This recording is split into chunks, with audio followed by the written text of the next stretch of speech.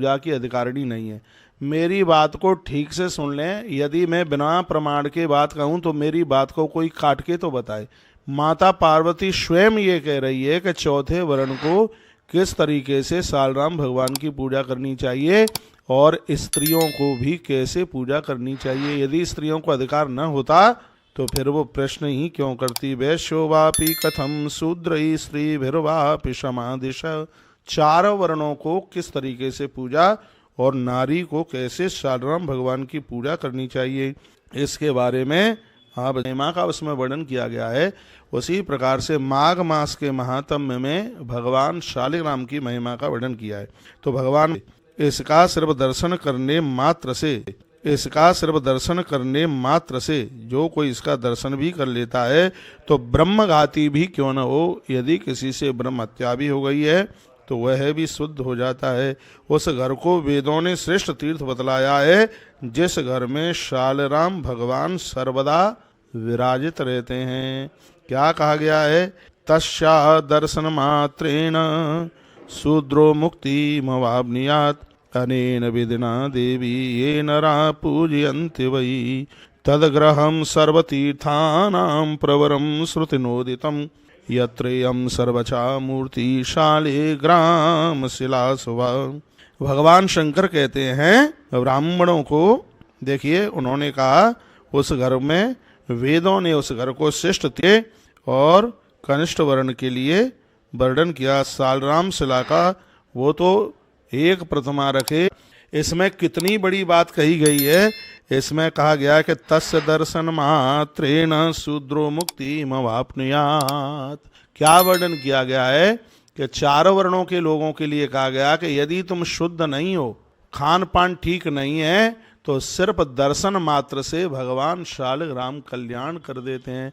इसमें ये बात तो होनी नहीं चाहिए कि उसको पूजा का अधिकार, हमें पूजा का अधिकार क्यों नहीं है। जो भगवान का भक्त है, शुद्ध आचरण वाला है, सदाचार वाला है, उसमें सभी जीवों को भगवान को पूजने का पूरा अधिकार है। बस अपनी क्रियाएं ठीक होनी चाहिए, इस बात का वर्णन किया गया है। कहा गया है कि कैलासाद्यम फलम देवी जायते पूज्यनादत। कैलाश पर्वत पर रह करके जो जिंदगी भर मेरी पूजा करते हैं, हे पार्वती, उस पूजा का फल सालराम भगवान के पूजन मात्र से लोगों को प्राप्त हो जाता है। क्या विशेष बातें कही हैं। और हम तो इस धर्म को आगे आपके पास तक पहुंचाने में जिन चीज़ों की जानकारी नहीं है, रोजाना वह बातें आपको बताने के लिए बिल्कुल तैयार बैठे हैं। देखो कितनी सुंदर। जिंदगी में कोई एक बार कैलाश मानसरोवर का दर्शन कर लेता है तो उसकी जिंदगी कृतकृत हो जाती है।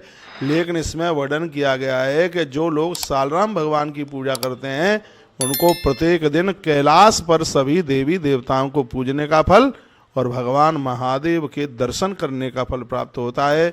ये विशेषता है भगवान शालिग्राम शिला के पूजन की। इतनी बड़ी महिमाएं। और क्या लिखा? तत्र गंगा च यमुना गोदावरी सरस्वती। जिनके घर में नित्य भगवान शालिग्राम भगवान की पूजा होती है, शंख से अभिषेक होता है, उनके ऊपर तुलसी पत्र चढ़ाया जाता है, पंचामृत से भगवान को नहलाते हैं और दूध में केसर डाल करके भगवान का भोग लगाते हैं।